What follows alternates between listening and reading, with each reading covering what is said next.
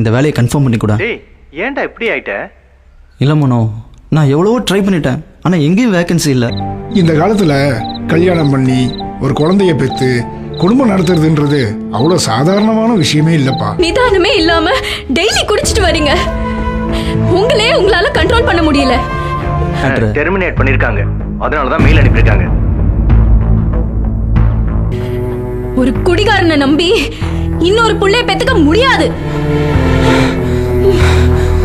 வேலையை விட நாளைக்கே இன்னொரு வேலைக்கு போவேன், அதுக்கான டேலண்ட் என்கிட்ட இருக்கு. என் கம்பெனிக்கும் போட்டி இருக்கு தெரியும்ல.